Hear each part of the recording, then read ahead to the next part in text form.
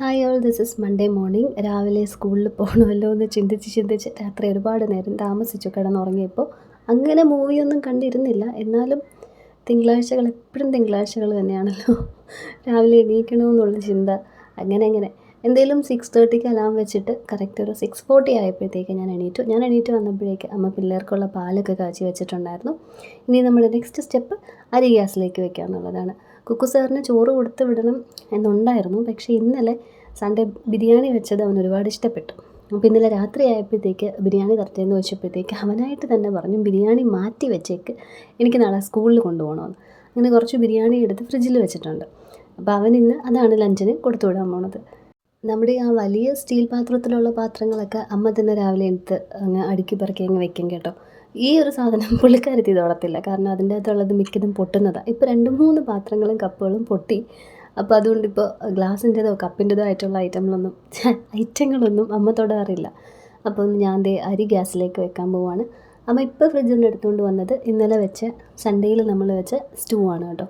അമ്മ വെച്ച സ്റ്റൂ അത് ഇന്നലെ ബാക്കി വന്നപ്പോൾ അതേ ആ ഗ്ലാസ് ബൗളിൽ തന്നെ ഞാൻ അതെടുത്തങ്ങ് ഫ്രിഡ്ജിലോട്ട് വെച്ചു. അതാകുമ്പോഴത്തേക്ക് അവനിൽ വെച്ച് അങ്ങനെ തന്നെ ഹീറ്റ് ചെയ്തെടുക്കാം. അതിൽ അത്യാവശ്യത്തിന് ഇറച്ചിയും പൊട്ടറ്റോസും ഒക്കെ കിടപ്പുണ്ട്. അപ്പോൾ ഇന്ന് ബ്രേക്ക്ഫാസ്റ്റിലേക്കാവും. ആലനാണെങ്കിൽ ഇന്ന് സുസുജിയിൽ ബുക്കിങ്ങും ഇല്ല. അപ്പോൾ ബ്രേക്ക്ഫാസ്റ്റ് വിടുന്നത് തന്നെ വേണം. അപ്പോൾ എന്തെങ്കിലും കറി വേണം കഴിക്കണമെങ്കിൽ. കുക്കുവിനും ഇപ്പോൾ അങ്ങനെയാണ്. മധുരം ഇഷ്ടമാണെങ്കിലും രണ്ടും വേണം. എനിക്ക് പഞ്ചസാര കൂട്ടിയിട്ടൊരപ്പവും പിന്നെ കറിയും കൂട്ടിയിട്ടൊരപ്പവും വേണമെന്ന് പറയും. എനിക്കും അങ്ങനെ തന്നെയാണ്. 2 കോമ്പിനേഷനും ഇഷ്ടമാണ്. ലില്ലിയമ്മച്ചിക്ക് പണ്ട് ചായക്കടയായിരുന്നെന്ന് ഞാൻ പറഞ്ഞിട്ടുണ്ടായിരുന്നല്ലോ.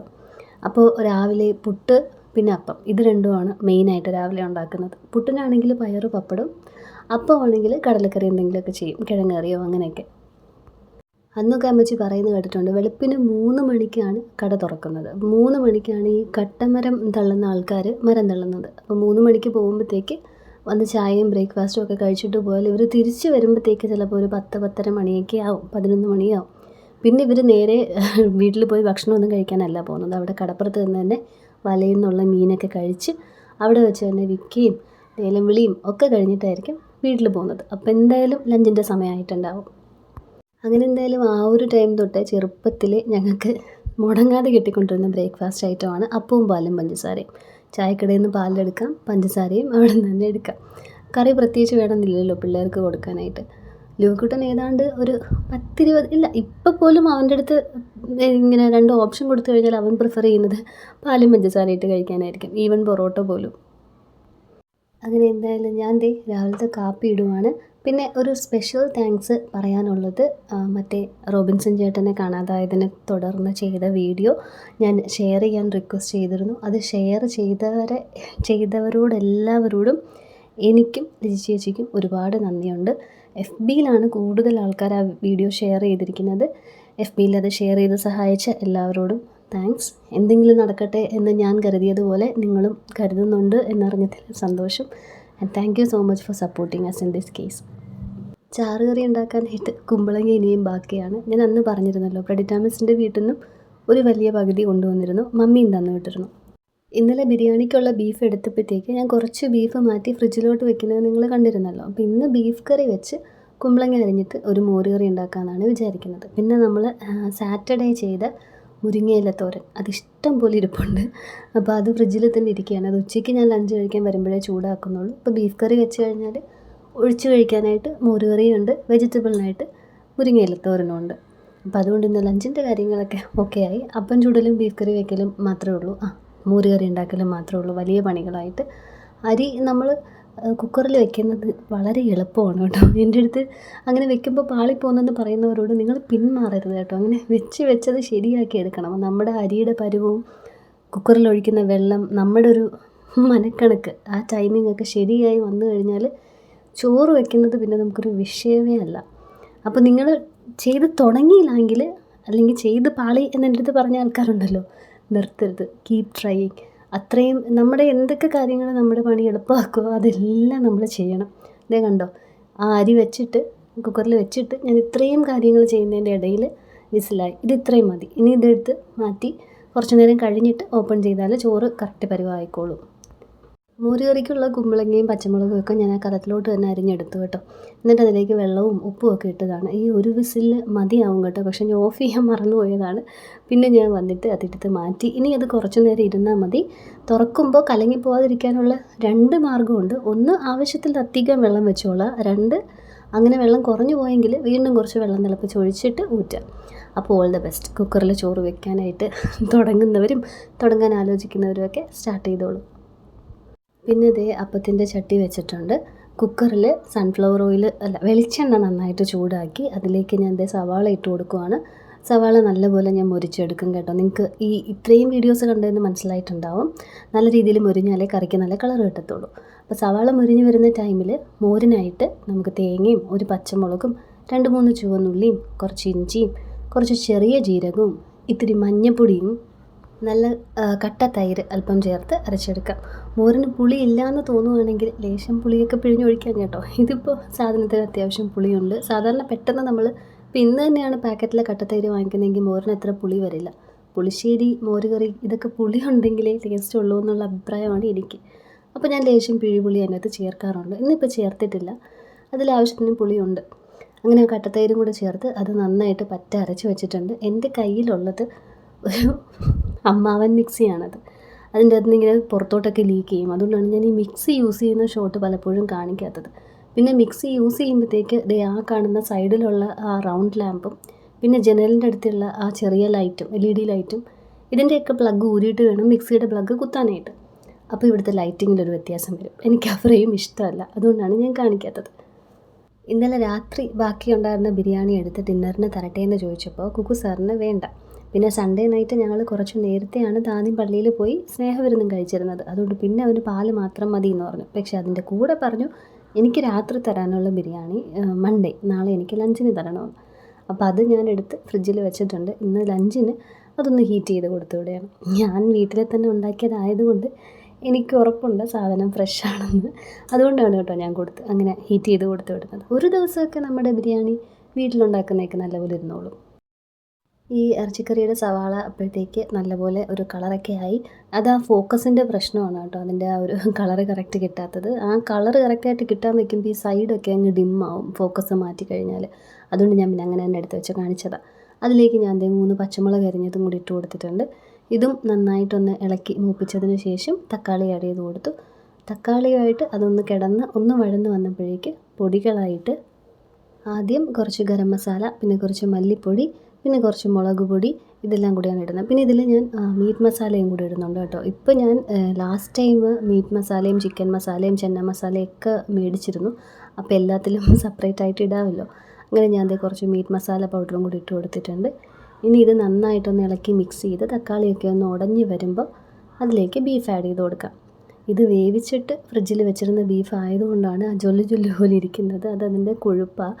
പിന്നെ നമ്മൾ ഇത് വേവിച്ചിട്ട് അതിൻ്റെ വെള്ളം കൂടുതൽ ഞാൻ ബിരിയാണി റൈസിലോട്ടാണ് ഇട്ടത് കേട്ടോ. നല്ല ടേസ്റ്റ് കിട്ടാനായിട്ട് റൈസ് ആ വെള്ളത്തിൽ കിടന്ന് വേവാനായിട്ട്. അപ്പോൾ ഈ ബീഫിൽ നിന്ന് വെള്ളം അധികം വരത്തില്ല എന്നുള്ളത് കൊണ്ട് ലേശം വെള്ളം കൂടെ ഒഴിച്ചിട്ട് കുക്കർ അടച്ച് വയ്ക്കുന്നുണ്ട്. ഇത് ഓൾറെഡി വെന്തതാണ്. അതുകൊണ്ട് തന്നെ ഹൈ ഫ്ലെയിമിൽ ഒരു 2 വിസിലടിച്ച് ഇതൊന്ന് കുഴഞ്ഞു വരാനുള്ള പാകത്തിനാക്കി എടുക്കുന്നതേ ഉള്ളൂ. ചുടുന്നപ്പം അരികു മൊരിച്ചെടുക്കണം എന്നൊക്കെ ആഗ്രഹമുണ്ടെങ്കിലും ഞാൻ തീ കൂട്ടി വെക്കുമ്പോഴത്തേക്ക് അത് അങ്ങേയറ്റത്ത് കരിഞ്ഞു പോകുന്നു. തീ കുറച്ച് വെക്കുമ്പോഴത്തേക്ക് അത് മൊരിയുന്നുമില്ല. പിന്നെ ഒരു പരുവത്തിന് അങ്ങനെ അങ്ങ് ചുട്ടുകൊണ്ടിരിക്കുകയാണ്. ഈ ഒരു സമയം കൊണ്ട് നമ്മുടെ കുമ്പളങ്ങയും പച്ചമുളകും കൂടെ വേവിക്കാൻ വെച്ചത് വെന്തു. അതിലേക്ക് നേരത്തെ പറഞ്ഞ അരപ്പ് ഞാൻ ഇപ്പോഴാണ് ചേർക്കുന്നത്. പിന്നെ ആ ജാറ് കഴുകിയ കുറച്ച് വെള്ളവും കൂടെ ചേർത്തു. ഇനി ഇത് തിളയ്ക്കാൻ പാടില്ല, ഒന്ന് ചൂടായാൽ മാത്രം മതി. അത് നന്നായിട്ടൊന്ന് ചൂടായി കഴിഞ്ഞാൽ നമുക്കിത് താളിച്ചിടാം. അപ്പോഴേക്കും നമ്മുടെ ബീഫ് കറിയൊക്കെ റെഡിയാവും. അപ്പോൾ ഇതൊന്ന് ചൂടാകാൻ വേണ്ടിയിട്ട് ഞാൻ കുറച്ച് നേരം മാറ്റി വെക്കുന്നുണ്ട്. ടേസ്റ്റ് നോക്കിയപ്പോൾ ഉപ്പ് ഇത്തിരി കുറവുള്ളതുപോലെ, അങ്ങനെ കുറച്ചുകൂടി ഉപ്പും കൂടെ ആഡ് ചെയ്തു. അപ്പോഴേക്കും അമ്മ അരി അടച്ചിട്ട് വന്നിരുന്നു കേട്ടോ. പിന്നെ അവിടെ ഉണ്ടായിരുന്ന ചെറിയ 2-3 പാത്രങ്ങളൊക്കെ അമ്മ തന്നെ കഴുകി. ഈ സാഹസങ്ങളൊക്കെ കാണിച്ചതിന് എനിക്ക് നല്ലൊരു പണി കിട്ടിയിട്ടുണ്ട്. അത് ഞാൻ വീഡിയോ എടുത്ത് വെച്ചിട്ടുണ്ട്. അത് ഞാൻ അതിൽ പറയാം. ഞാനിങ്ങനെ മനഃപൂർവ്വം വീഡിയോ പോസ്റ്റ് ചെയ്യാതെ ഇടുന്നതല്ല. എനിക്ക് മെസ്സേജ് ഉണ്ടായിരുന്നു, ഡെയിലി വീഡിയോ കാണുന്നവരെ ഓർക്കണ്ടേ, 1K ആവാത്തതുകൊണ്ടാണ് പോസ്റ്റ് ചെയ്യാത്തതെന്ന്. അങ്ങനെയല്ല കേട്ടോ, എനിക്കിത്തിരി പൊള്ളിയായിരുന്നു. അപ്പോൾ അത് ഞാൻ അടുത്ത വീഡിയോയിൽ ഇടാം. ഞാനിപ്പോൾ എന്തായാലും ഇത് എടുത്ത് വെച്ചിരുന്ന വീഡിയോ ആയതുകൊണ്ടാണ്, ഇത് ഫ്ലാഷ് ബാക്കാണ് ഞാൻ ഇത് പറയുന്നത്. പണ്ടത്തെ വീഡിയോ അല്ലേ, ഞാൻ വഴിയെ പറയാം. ബാക്കി വെനസ്ഡേ വീഡിയോ ഒക്കെ ഞാൻ എടുത്ത് വെച്ചിട്ടുണ്ട്. അതിൽ ഞാൻ പറയാം എന്ത് സംഭവിച്ചു എന്നുള്ളത്. ഈ അഹങ്കാരത്തിന് കിട്ടിയതാണെന്നാണ് എനിക്ക് പറയാനുള്ളത്. അതെന്തായാലും ഞാൻ പിന്നെ പറയാം കേട്ടോ. അങ്ങനെ ദേ ബീഫ് വെന്തു, അതിൻ്റെ തീ ഞാൻ ഓഫ് ചെയ്തു. അത്രയും മതി. അതിനിടയിൽ തന്നെ എനിക്ക് നല്ല വിശന്നു. അതങ്ങനെ ഞാൻ 2-3 അപ്പം ഇങ്ങനെ മുരിച്ചെടുത്തിട്ട് അതിൽ 2 എണ്ണം ഞാൻ പഞ്ചസാര ഇട്ട് കഴിച്ചു. പിന്നെ ഒരെണ്ണം കറിയും കൂട്ടിയും കഴിച്ചു. കറി ഞാൻ അവനിൽ വെച്ച് ചൂടാക്കി എടുത്തു. ഞാൻ പഞ്ചസാര ഇട്ട് കഴിക്കുന്നതിൻ്റെ ഇടയിൽ തന്നെ അതൊക്കെ ചെയ്തിരുന്നു കേട്ടോ. ചൂടാക്കി എടുത്ത് വെച്ച് കുക്കു സാറിന് കൊടുത്തു വിടാനായിട്ടും പിന്നെ ഞാനിപ്പോൾ കുറച്ചെടുത്ത് ചൂടാക്കാൻ പോയപ്പോൾ അമ്മ പറഞ്ഞു, ഇന്നലെ ഞാൻ കഴിച്ചില്ലായിരുന്നല്ലോ, അപ്പോൾ ഞാൻ കഴിച്ചോളാം, രാത്രി ഞാൻ ബിരിയാണി കഴിക്കാമെന്ന് പറഞ്ഞു. അമ്മയ്ക്ക് ഞങ്ങൾ താനീന്ന് വന്നപ്പോൾ 1 പ്ലേറ്റ് സ്നേഹവിരുന്ന് വാങ്ങിച്ചുകൊണ്ട് വന്ന് ലില്ലിയമ്മച്ചിക്കും അമ്മയ്ക്കും കൂടെ കൊടുത്തിരുന്നു. അതുകൊണ്ട് അമ്മ വീണ്ടും രാത്രി കഴിച്ചില്ല. ആലൻ മാത്രമേ രാത്രി ബിരിയാണി കഴിച്ചുള്ളൂ. അപ്പോൾ അമ്മ ഇന്ന് രാവിലെ കഴിച്ചോളാം എന്ന് പറഞ്ഞു. അങ്ങനെ എന്തായാലും അത് ഞാൻ ചൂടാക്കി എടുത്തു. ബീഫൊക്കെ അതിൻ്റെ ഇടയിലുണ്ട് കേട്ടോ. ഈ ഗാർണിഷ് ചെയ്ത സാധനമൊക്കെ പോയി, ഇത് താഴെ കിടന്നതല്ലേ. അങ്ങനെ അതേ കുക്കു സാറിൻ്റെ ലഞ്ച് ബോക്സിലേക്ക് ബീഫ് ബിരിയാണിയും 1 എഗ്ഗ് റൈസിൻ്റെ കൂടെ ചോറിൻ്റെ കൂടെ പുഴുങ്ങിയെടുത്തത് അത് വെച്ചിട്ടുണ്ട്.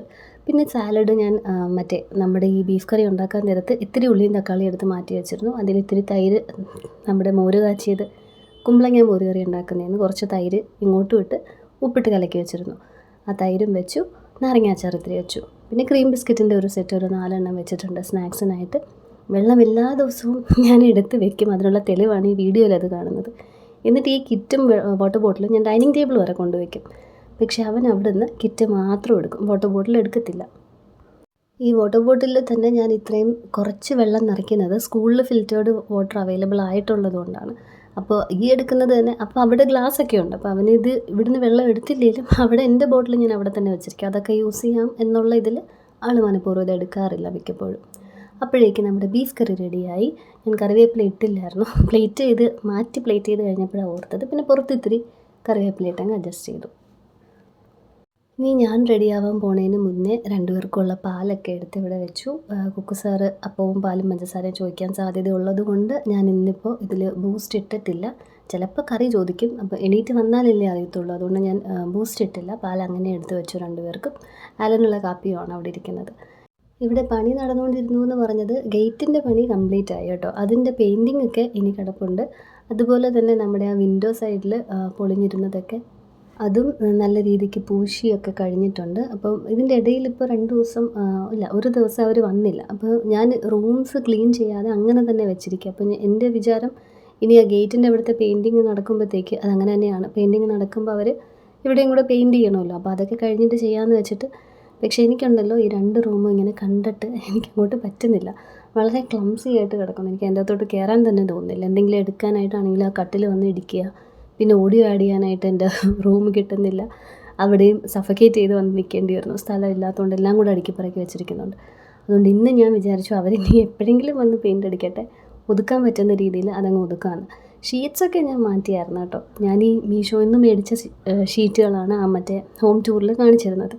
അത് നിങ്ങൾ ശ്രദ്ധിച്ചിട്ടുണ്ടാവും, 2ഉം ബ്രൈറ്റ് കളേഴ്സാണ്. തലങ്ങണിയും അതെ, പില്ലോയിലിടുന്നതും തലങ്ങണിക്കാറും പില്ലോ കേസും അതെ, ബെഡിൽ വിരിക്കുന്നതും മൂടാൻ വെച്ച ഷീറ്റും എല്ലാം വളരെ ലൈറ്റ് കളേഴ്സാണ്. അപ്പോൾ ഈ സിമെൻറ്റൊക്കെ തട്ടിയും പൊട്ടയൊക്കെ ചെയ്യുമ്പോഴത്തേക്ക് അത് വീണ്ടും നാശമാവുമെന്ന് വെച്ചാൽ ആ ഷീറ്റൊക്കെ ഞാൻ മാറ്റിയിട്ടുണ്ട്. ഇവിടുത്തെ പണികളൊക്കെ അങ്ങനെ ഏകദേശം അവസാനിച്ചു. ബാക്കി അപ്പം ചുടാനുള്ളത് ഞാൻ അമ്മേനെ ഏൽപ്പിച്ചു കേട്ടോ. എനിക്ക് ലേറ്റ് ആവും. ഇനിയിപ്പോൾ എന്തായാലും അവിടെ വൃത്തിയാക്കാണ്ട് ഞാൻ പോയില്ല എന്നുള്ളത് ഞാൻ മൈൻഡിൽ ഉറപ്പിച്ചു കഴിഞ്ഞു. വൈകുന്നേരം നടക്കത്തില്ല. വൈകുന്നേരം ഞാൻ വരുമ്പോഴത്തേക്ക് നിലു നല്ല ഉറക്കമായിരിക്കും. അമ്മ പിരിവിനായിട്ട് പോവും. പിന്നെ ഞാൻ നിലുവിൻ്റെ കൂടെ കിടക്കാൻ ശ്രമിക്കുമെങ്കിലും അവൻ എണീക്കേണ്ട സമയം ഒരു 12 മണി 12:30 ആകുമ്പോൾ അമ്മയും നിലു ഉറങ്ങുന്നതാണ്. അപ്പോഴത്തേക്ക് ഞാൻ ഈ 3-3:30 വന്ന് കിടക്കുമ്പോഴത്തേക്ക് അവൻ ഹാർഡ്ലി 2 മണിക്കൂറാണ് ഉറങ്ങുന്നതെന്ന് ഞാൻ പറഞ്ഞിട്ടുണ്ടല്ലോ. അവൻ അങ്ങ് എണീക്കും. പിന്നെ നടക്കത്തില്ല. എന്തെങ്കിലും ചെയ്യാനുണ്ടെങ്കിൽ അതിപ്പോൾ രാവിലെ ചെയ്താലേ നടക്കത്തുള്ളൂ. ഞാൻ അതേ കുമ്പളങ്ങ മോര് കറി താളിച്ചു കേട്ടോ. എന്നിട്ട് എൻ്റെ പരിപാടി തുടങ്ങി. ഈ ഒരു കോലത്തിലാണ് ഈ മുറിയൊക്കെ കിടന്നിരുന്നത്. തൂക്കുന്നുണ്ടായിരുന്നു കേട്ടോ. അമ്മ ഇടയ്ക്കിടയ്ക്ക് തൂക്കുന്നുണ്ടായിരുന്നു. എന്നാലും ആ സിമെൻറ്റിൻ്റെ പൊടിയൊക്കെ അവിടെ ഇവിടെയൊക്കെ തന്നെയുണ്ട്. ഞാൻ ചെരുപ്പില്ലാണ്ട് നടന്നപ്പോഴാണ് എനിക്ക് മനസ്സിലായത് നല്ല രീതിയിൽ 2 റൂമിലും പൊടിയുണ്ടെന്ന്. കേട്ടനൊക്കെ ഇളക്കിയിട്ട് ഞാൻ അവിടെ ഒതുക്കി ഒരു മൂലയ്ക്ക് വെച്ചിരിക്കുകയായിരുന്നു. അതൊക്കെ എടുത്ത് തിരിച്ചിട്ടു. ഇനിയിപ്പോൾ പെയിൻറ്റിങ്ങൊക്കെ ഇതിൻ്റെ പുറത്തുകൂടെ അടിക്കട്ടെ. അല്ലാണ്ട് എന്ത് പറയാനാണ്. ഇങ്ങനെ ഇത്രയും ലേറ്റ് ആയാലേ നമ്മുടെ ഒരു കാര്യവും നടക്കത്തില്ല. പെട്ടെന്ന് ആരെങ്കിലുമൊക്കെ വീട്ടിലോട്ട് വന്നു കഴിഞ്ഞാൽ അല്ലെങ്കിൽ തന്നെ ഒന്നും കിട്ടുന്നില്ല. ഇങ്ങനെയും കൂടെ കിടന്നു കഴിഞ്ഞാൽ തിരക്കുന്നൊന്നും എൻ്റെ അകത്ത് കിട്ടത്തില്ല. എപ്പോഴത്തെയും പോലെ തന്നെ ഞാൻ ഉടുപ്പിൻ്റെ 2 സൈഡിലും പാൻറ്റിൻ്റെ 2 സൈഡിലും കൈ തുടച്ചിട്ടുണ്ട്. അതാണ് അവിടെ നനഞ്ഞിരിക്കുന്നത്. കാണാതെ പോയ കുക്കുവിൻ്റെ ബെൽറ്റും പിന്നെ ID കാർഡും ഇങ്ങനെ പല ഐറ്റംസും ഒക്കെ എനിക്കിത് ഇവിടെ നിന്ന് കിട്ടി. കട്ടിലിൻ്റെ സൈഡിൽ വീണതും താഴെ വീണതും ഒക്കെ ആയിട്ട്. പിന്നെ ഇവിടെയും കുറച്ച് തുണികളൊക്കെ എടുത്ത് വെച്ചിട്ടുണ്ടായിരുന്നു, ഉണങ്ങിയതും ഇന്നലെ ഉണങ്ങാത്തതും എല്ലാം. അതെല്ലാം കൂടെ അടുക്കി പെറുക്കി മാറ്റി. ഇതിപ്പോൾ ഞാൻ പറഞ്ഞില്ലേ, ഞാൻ പഴയ 2 ഷീറ്റാണ് വിരിച്ചിരിക്കുന്നത്. ബാക്കി പരിപാടി ഇനി ഇവിടെ ഉണ്ടല്ലോ. ഈ ഒരു കേർട്ടൻ്റെ റോഡ് തിരക്കി ഞാൻ ഒരുപാട് സമയം കളഞ്ഞു. പിന്നെ എൻ്റെ സമയം പോയിക്കൊണ്ടിരിക്കുന്നു എന്ന് ആലോചിച്ചിട്ട് ഞാൻ ആ റോഡ് തിരക്കുന്നത് പിന്നെ വിട്ടു. അവർ ഇളക്കിയിട്ട് ആ ഒരു കേർട്ടൻ്റെ റോഡ് എവിടെയാണ് വെച്ചതെന്ന് എനിക്കറിയത്തില്ല. ഞാൻ ഈ വീട് മുഴുവൻ തിരക്കി, അപ്പുറത്തെയും ഇപ്പുറത്തെയും റൂമിലും ഹോളിലും എല്ലാം തിരക്കി. അങ്ങനെ തിരക്കിയ സമയം പോയതുകൊണ്ട് എനിക്ക് വീട് തൂക്കാനുള്ള നേരം കിട്ടിയില്ല. പിന്നെ അത് അമ്മ ചെയ്യാമെന്ന് പറഞ്ഞു. കാരണം അമ്മയ്ക്കറിയാം, റൂമിൽ നിന്ന് ഞാൻ ഇപ്പോൾ തൂത്ത് വെളിയിലോട്ട് ഇട്ടേക്കുന്നത് തൂത്ത് വെളിയിൽ കളയാതെ ഞാൻ പോകത്തില്ല, പിന്നെയും ഞാൻ ലേറ്റാവും. അങ്ങനെ ഇതെല്ലാം കഴിഞ്ഞിറങ്ങിയപ്പോഴേക്ക് വണ്ടി പഞ്ചറായി കിടക്കുന്നു. ഇനി ആലൻ്റെ കൂടെ വേണം പോകാനായിട്ട്. അങ്ങനെ ആലപ്പപ്പ ടൊട്ട വണ്ടിയിൽ സ്കൂളിൽ കൊണ്ടാക്കുന്ന സന്തോഷത്തിലാണ് 2 പേരും. നിലുവിനെയും റെഡിയാക്കി അമ്മ വിട്ടിട്ടുണ്ട് കേട്ടോ. എന്തായാലും ആലൻ്റെ കൂടെ തിരിച്ചു വരാമല്ലോ. വേറെ ഏത് വണ്ടിയിൽ ഞങ്ങളെ കൊണ്ടാക്കിയിരുന്നെങ്കിലും അവൻ ചിലപ്പോൾ അനങ്ങത്തില്ലായിരുന്നു.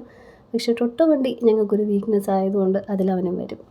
അങ്ങനെ എങ്ങനെയൊക്കെയോ മനസ്സിന് ആശ്വാസം തരുന്ന രീതിയിൽ അത്യാവശ്യം പണിയൊക്കെ എടുത്തിട്ട് ഞാൻ ദേ സ്കൂളിലോട്ട് പോവുകയാണ്. ഞങ്ങളുടെ റോഡിനെ കുറിച്ച് ഞാൻ മുന്നും പറഞ്ഞിട്ടുണ്ടല്ലോ. ഇതൊക്കെ ഗൂഗിൾ ഫോട്ടോസിലിട്ട് എനിക്ക് എഡിറ്റ് ചെയ്ത് ഷേക്ക് കളയാം. പക്ഷേ വേണ്ട, റോഡ് ഇങ്ങനെയാണെന്നുള്ളത് നിങ്ങളും കണ്ടോ. നല്ല രീതിക്ക് ചാളയുണ്ടായിരുന്നു കേട്ടോ. ഇത് നമ്മുടെ മഠമാണ്, OLHC കോൺവെൻറ്റ്. ഇതിൻ്റെ ഓപ്പോസിറ്റായിട്ടാണ് സ്കൂള്. പണ്ട് ഞാൻ അടിയൊക്കെ ഉണ്ടാക്കുമ്പോഴുണ്ടല്ലോ, ഞങ്ങൾ അടി കൂടുമ്പോൾ എന്തെങ്കിലുമൊക്കെ കാര്യത്തിന് അമ്മ പറഞ്ഞ് ഒരുപാട് പേടിപ്പിക്കുമായിരുന്നു, മഠത്തിൽ കൊണ്ടാക്കുമെന്ന്. മഠത്തിൻ്റെ ഗേറ്റിൻ്റെ അടുത്ത് കൊണ്ട് നിർത്തിയാൽ മതി, സിസ്റ്റേഴ്സ് വന്ന് വിളിച്ചോളും, അവരകത്ത് താമസിപ്പിച്ചോളും എന്നൊക്കെ പറഞ്ഞ് പേടിപ്പിച്ചുകൊണ്ടിരുന്ന സ്ഥലമാണത്. അങ്ങനെ ഞങ്ങളിത് സ്കൂളെത്തി. കോൺവെൻറ്റിന് നേരെ ഓപ്പോസിറ്റ് അകത്തോട്ടുള്ളൊരു വഴിയുണ്ട്. ഇത് നിയോ ആണ് കേട്ടോ, ട്രീസയുടെ മോള്. ആ ഷേക്ക് കാരണം കറക്റ്റായിട്ട് കിട്ടിയില്ല. ഇനി ഞങ്ങളെ കൊണ്ടാക്കിയിട്ട് അലപ്പപ്പയും നിലുവും കൂടെ പോവുകയാണ് വീട്ടിലോട്ട്. വണ്ടി പഞ്ചറായത് കാരണം ഉച്ചയ്ക്ക് ലഞ്ച് കഴിക്കാൻ പോകാനും എനിക്ക് വണ്ടി വേണമായിരുന്നു. അങ്ങനെ അവർ 2 പേരും തന്നെ വന്നു തിരിച്ച് വിളിക്കാനായിട്ട്. വീണ്ടും ഞങ്ങൾ തിരിച്ച് ഉച്ചയ്ക്ക് ലഞ്ച് കഴിക്കാൻ ഏകദേശം 12:30 വന്നപ്പോഴും നല്ല രീതിയിൽ ചാളയുണ്ടായിരുന്നു. വാങ്ങിക്കണേന്ന് ഞാൻ പറഞ്ഞെങ്കിലും വാങ്ങിച്ചില്ല, വാങ്ങിക്കാൻ പറ്റിയില്ല. എല്ലാവർക്കും സങ്കടമായിപ്പോയി. ഇവിടെ മാമിയൊന്നും അറിഞ്ഞിട്ടേ ഇല്ലായിരുന്നു. വൈകിട്ട് ഞാൻ പറഞ്ഞപ്പോഴാണ് അറിയുന്നത്. അപ്പോൾ നാളെ കാണാം. വീഡിയോ ഇഷ്ടപ്പെട്ടിട്ടുണ്ടെങ്കിൽ സബ്സ്ക്രൈബ് ചെയ്തേക്ക്.